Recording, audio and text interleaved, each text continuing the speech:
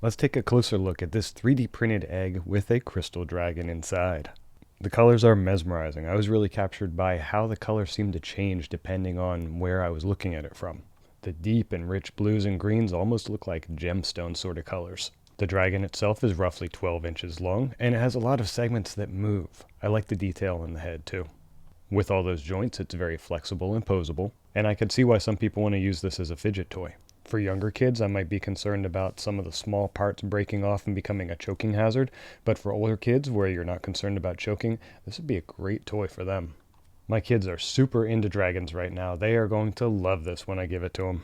It's the kind of thing where if I were still a kid, I would probably consider this to be a true treasure, like a once in a lifetime kind of find. It just has that unique air of specialness to it. It's super cool. I do like it a lot, and I see why it's so popular. Could easily fit into a Christmas stocking, birthday present, but this is going to be a just because sort of gift I give my kids. Thanks for hearing me out. I hope this helped you.